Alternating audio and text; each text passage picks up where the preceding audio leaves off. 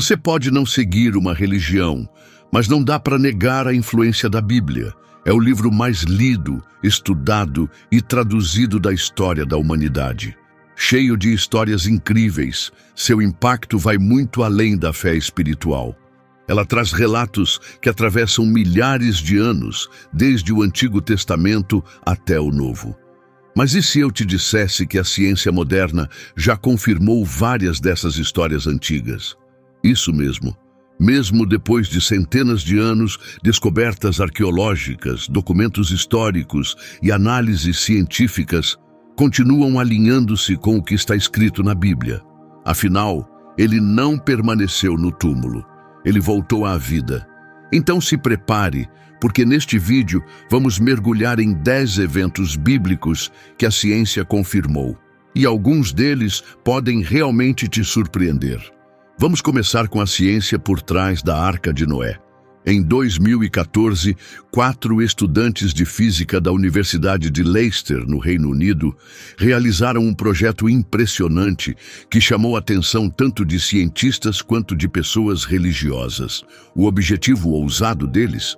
Explorar se a Arca de Noé, como descrita nas Escrituras, poderia realmente ter flutuado e carregado um casal de cada espécie animal, usando métodos científicos atuais. Eles usaram o relato do livro de Gênesis, onde Deus dá a Noé medidas e instruções detalhadas para construir a arca. O primeiro passo foi converter a unidade bíblica de cúbito para o sistema métrico atual. Um cúbito tem cerca de 48 centímetros, então calcularam que a arca teria aproximadamente 145 metros de comprimento, 24 metros de largura e 14 metros de altura. Parecida com um navio de carga de médio porte. Mas o tamanho não era o único desafio. O tipo de madeira mencionado em Gênesis, madeira de gofer, não é identificado claramente nos dias de hoje. Para resolver isso, os estudantes usaram madeira de cipreste nos cálculos. Essa escolha faz sentido, já que o cipreste era comum na construção naval antiga, e é considerado uma possibilidade realista. Com base no peso e na resistência do cipreste, eles determinaram que a arca, vazia, pesaria cerca de 1.200 toneladas. Mas quanto ela poderia suportar?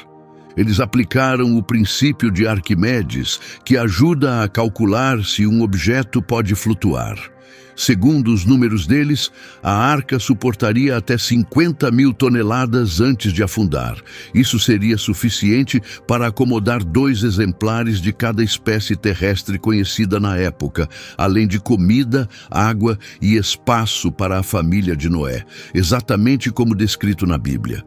Esse estudo não tinha a intenção de provar a história ao pé da letra, mas mostrou que, com base apenas na física, construir e flutuar uma embarcação daquele porte era pelo menos teoricamente possível. Um momento fascinante onde a ciência e a tradição religiosa se encontram. Agora vamos falar sobre o tanque de Siloé. No capítulo 9 do Evangelho de João, há um milagre conhecido.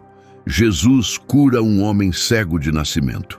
De acordo com o relato, Jesus cuspiu no chão, fez um pouco de lama, passou nos olhos do homem e mandou que ele se lavasse no tanque de Siloé.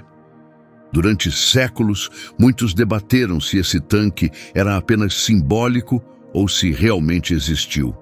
Essa discussão mudou completamente em 2005, quando operários que trabalhavam na rede de esgoto da Cidade Velha de Jerusalém encontraram degraus de pedra antigos.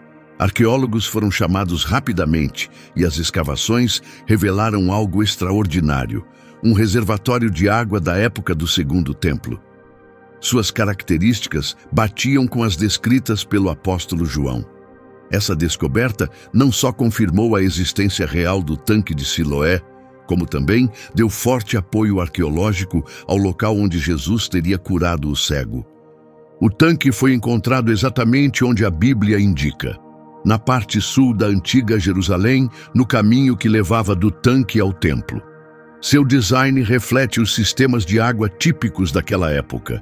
Essa descoberta reforça a precisão geográfica do relato bíblico, mostrando que os evangelhos não são apenas textos espirituais, mas também registros baseados em locais e fatos reais. O muro construído por Salomão. No primeiro livro dos Reis, no Antigo Testamento, lemos que Salomão, filho do rei Davi, ordenou a construção de um muro de proteção ao redor de Jerusalém, como parte de sua missão de fortalecer e embelezar a cidade. Durante muito tempo, estudiosos questionaram se esse muro realmente existiu, achando que poderia ter sido uma invenção de épocas posteriores. No entanto, em 2010, uma equipe liderada por Eilat Mazar, da Universidade Hebraica de Jerusalém, descobriu restos de uma estrutura fortificada imensa, datada do século X a.C., período associado ao reinado de Salomão. O muro tem cerca de 70 metros de comprimento e 6 metros de altura.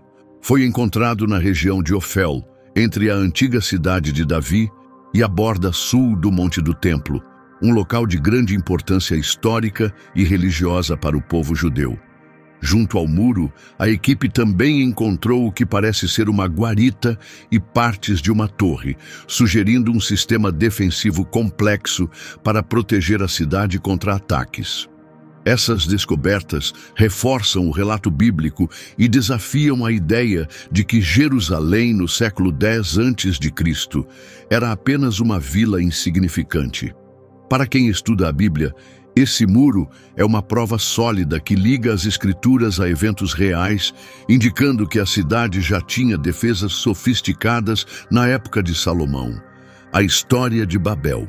O capítulo 11 de Gênesis conta a história da Torre de Babel, construída pelos descendentes de Noé após o grande dilúvio. Movidos pelo orgulho e desejando fazer um nome duradouro para si mesmos, começaram a construir uma torre que, segundo esperavam, chegaria até o céu. A Bíblia diz que Deus, ao ver esse orgulho, decidiu confundir as línguas deles, fazendo com que ninguém mais se entendesse. Como resultado, eles se espalharam pelo mundo. Por muito tempo, esse trecho foi visto apenas como uma explicação religiosa sobre a origem das línguas.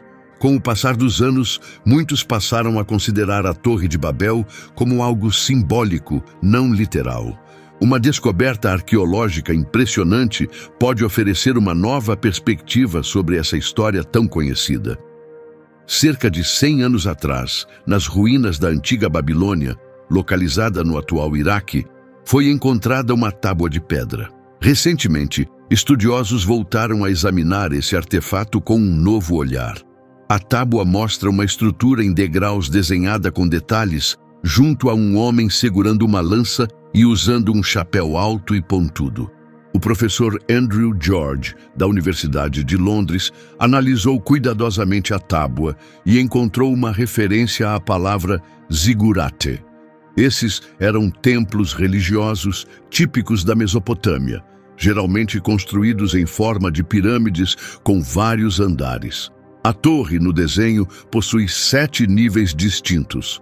Segundo o professor George, essa imagem pode representar a estrutura real por trás da história da Torre de Babel.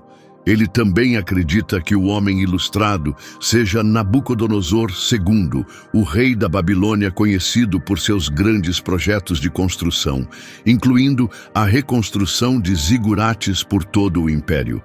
A tábua traz detalhes escritos sobre como a torre foi construída e qual era sua finalidade. Essas informações coincidem com pontos importantes da versão bíblica, embora apresentadas sob a ótica babilônica.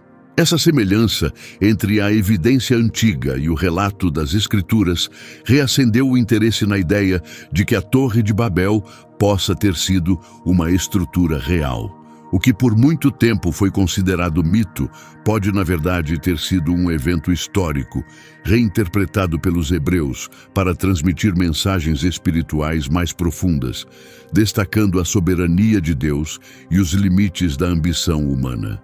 Pôncio Pilatos. Pôncio Pilatos é uma figura central nos acontecimentos que levaram à crucificação de Jesus.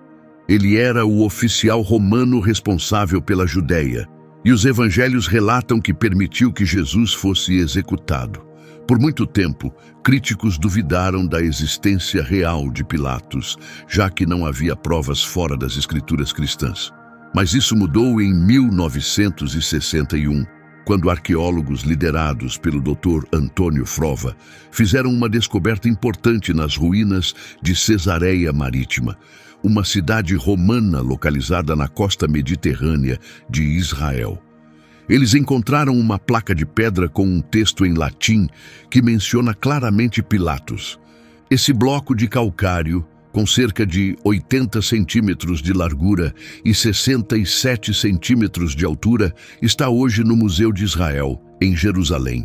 A inscrição afirma que Pôncio Pilatos, governador da Judéia, dedicou um templo em homenagem ao imperador Tibério ao povo de Cesareia. O período é significativo. Tibério governou de 14 a 37 d.C., o que corresponde exatamente à época do julgamento e crucificação de Jesus. Essa descoberta não apenas confirma que Pilatos existiu, mas também valida seu cargo e sua ligação direta com a autoridade romana. Ele se tornou uma das poucas figuras do Novo Testamento cuja existência é comprovada por registros escritos e evidências arqueológicas, fortalecendo ainda mais a confiabilidade histórica dos relatos dos evangelhos. A cidade da fonte. Os livros bíblicos de 1 Samuel e 1 Reis mencionam um local importante chamado Cidade da Fonte. Esse lugar foi conquistado pelo rei Davi e mais tarde serviu como palco da cerimônia em que seu filho Salomão foi declarado o próximo rei de Israel. Era um centro essencial da vida hebraica antiga, importante não apenas politicamente, mas também espiritualmente. Depois de mais de 20 anos de escavações dedicadas, especialistas da Autoridade de Antiguidades de Israel anunciaram com entusiasmo que finalmente haviam localizado o local descrito nas Escrituras. Localizada dentro da Jerusalém Antiga, no Parque Nacional da Cidade de Davi, a área conhecida como Cidade da Fonte revelou vestígios com mais de 3.800 anos da época dos cananeus. O local foi estrategicamente construído ao redor da Fonte de Giom, uma fonte de água vital para os primeiros habitantes da cidade. Para proteger essa fonte essencial, os construtores desenvolveram um sistema impressionante de muros e túneis, demonstrando técnicas avançadas de engenharia e defesa para aquele período. Segundo a Bíblia, foi justamente junto a essa fonte que o sacerdote Zadok, seguindo as instruções de Davi, ungiu Salomão como o novo rei de Israel. Esse lugar não era apenas uma maravilha arquitetônica, representa a maior fortaleza cananeia já descoberta e a construção militar mais significativa antes da era de Herodes, o Grande. A descoberta reforça os relatos bíblicos antigos, antes considerados simbólicos ou exagerados, e destaca como esse local era central para a vida política, militar e espiritual do antigo reino de Israel. A abertura do Mar Vermelho. A história da travessia do Mar Vermelho é um dos momentos mais dramáticos e conhecidos da Bíblia. No livro de Êxodo, Moisés, guiado por Deus, lidera os hebreus na fuga da escravidão no Egito. Mas logo eles se veem encurralados entre o exército egípcio que se aproxima e um imenso corpo de água. Nesse momento, Moisés levanta seu cajado e o mar se divide, formando um caminho seco para o povo passar. Depois que atravessam, as águas voltam e cobrem o exército do faraó. Durante séculos, muitos consideraram esse evento apenas um milagre divino, sem explicação natural. Mas, mais recentemente, cientistas investigaram se o relato poderia ter alguma base em fenômenos físicos. Carl Drews, pesquisador especializado em modelagem atmosférica, estudou o episódio usando simulações de computador e dados geográficos do delta do Nilo, especialmente da região chamada Lago de Tanis, no leste. Suas simulações mostraram que ventos constantes de aproximadamente 95 km por hora, soprando por várias horas, poderiam afastar a água e criar um caminho temporário de terra. Os cientistas chamam esse fenômeno de recuo do vento. Esse evento natural, observado em outras partes do mundo, pode oferecer uma explicação científica para a travessia descrita em Êxodo. Para reforçar ainda mais essa teoria, a BBC divulgou um relatório comparando o relato bíblico com acontecimentos geológicos modernos. Um exemplo ocorreu em 1994, quando um tsunami atingiu a ilha de Mindoro, nas Filipinas. Uma testemunha relatou que pouco antes da onda chegar, o mar recuou de forma repentina, revelando o fundo do lago. A cena lembrava estranhamente a abertura do Mar Vermelho. Esse evento aconteceu porque um terremoto submarino abriu parte do leito do lago, fazendo com que a água escoasse como uma cachoeira antes de retornar com força.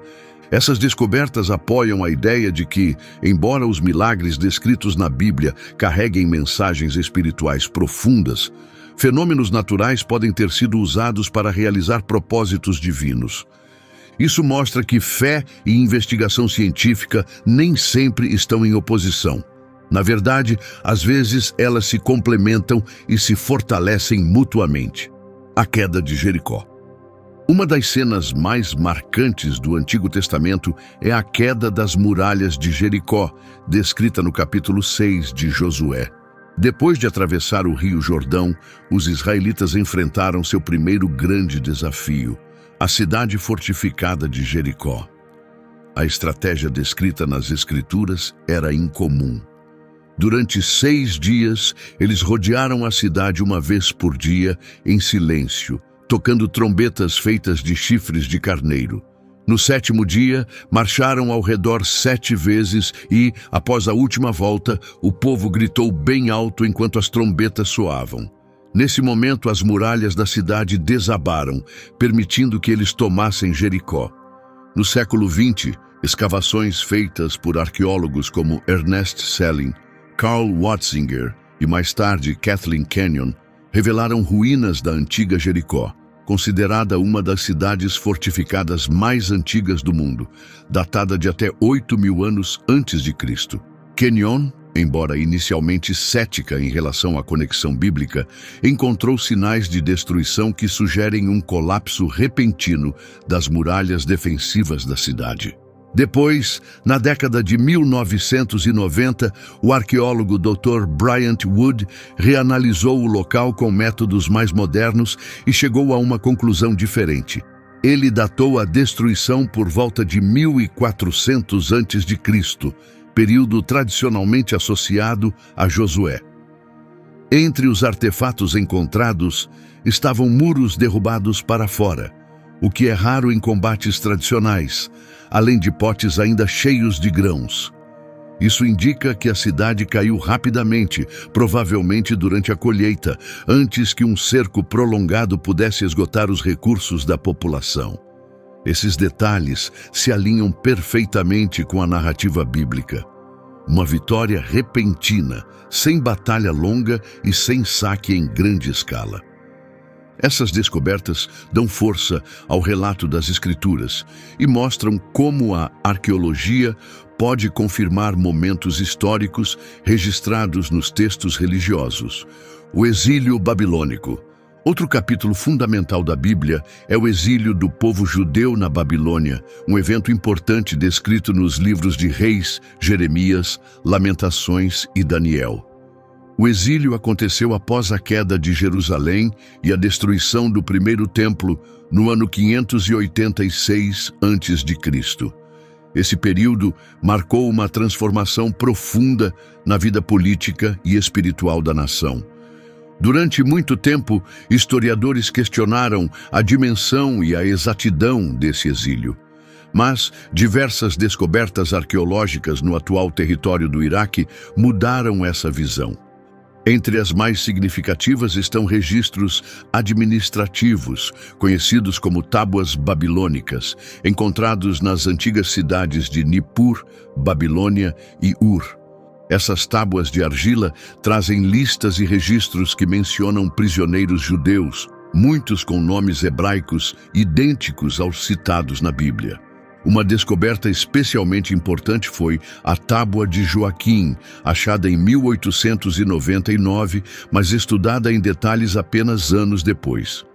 Ela registra as rações de comida e óleo fornecidas a Joaquim, rei de Judá, chamado de Jeoaquim na Bíblia, e a sua família. Isso confirma diretamente a passagem de 2 Reis 25, 27 a 30, que conta como o rei Evil-Merodach da Babilônia libertou Joaquim da prisão e o tratou com honra. Esses registros provam que os autores bíblicos estavam narrando histórias reais e preservando detalhes políticos e pessoais com grande precisão.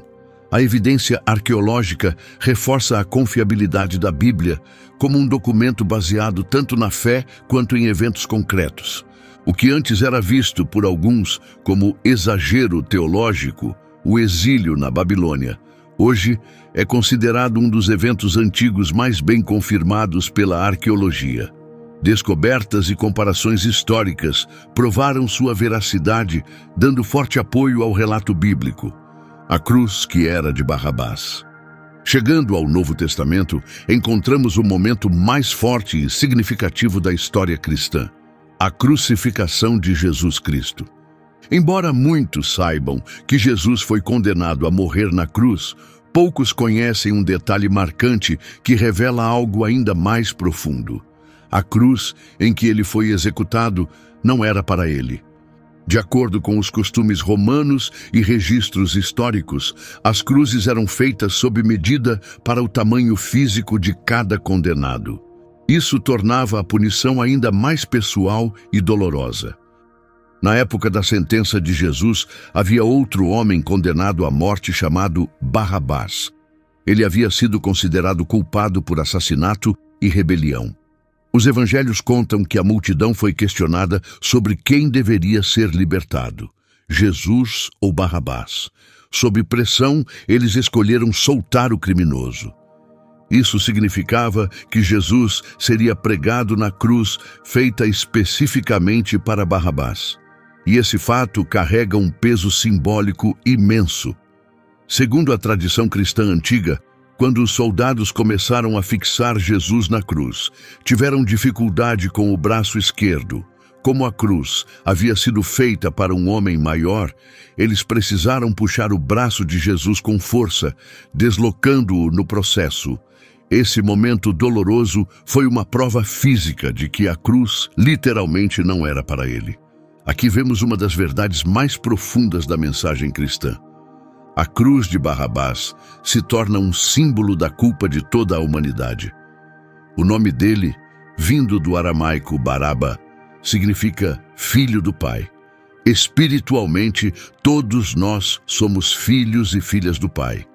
Nesse sentido, a cruz feita para Barrabás poderia ter sido para qualquer um, para mim, para você, para todos nós. Mas Jesus, movido por amor e compaixão infinitos, tomou o nosso lugar. Ele aceitou a punição que merecíamos e carregou o nosso sofrimento para nos dar esperança de vida eterna. Até os menores detalhes da paixão mostram um propósito divino. Nada aconteceu por acaso. Essa mensagem continua atual até hoje. Se alguém quiser me seguir, negue a si mesmo, tome sua cruz e siga-me. A Bíblia não é apenas um guia espiritual. Ela também é um registro da história humana. Relatos antes vistos como mitos ou metáforas vêm sendo confirmados por escavações arqueológicas, pesquisas científicas e estudos geológicos. Desde os cálculos sobre a Arca de Noé até as ruínas do Muro de Salomão, da representação da Torre de Babel à inscrição com o nome de Pôncio Pilatos, das muralhas caídas de Jericó ao exílio na Babilônia, cada descoberta reforça a verdade que os crentes já conheciam. A Bíblia se mostra um registro preciso de profundidade espiritual e fatos históricos reais. Ainda mais impressionante do que as pedras e os artefatos é perceber que a presença de Deus pode ser vista até nos menores detalhes da história. Seja o vento que abre as águas, uma cruz feita para outra pessoa, ou o nome de um prisioneiro libertado, cada momento revela um plano maior. Se essa mensagem tocou o seu coração, curta o vídeo, inscreva-se no canal e compartilhe com alguém que precisa ouvir isso. E lembre-se, a fé pode começar com uma simples pergunta, mas se fortalece a cada nova verdade revelada. Até a próxima, que o seu caminho seja abençoado. A gente se vê em breve.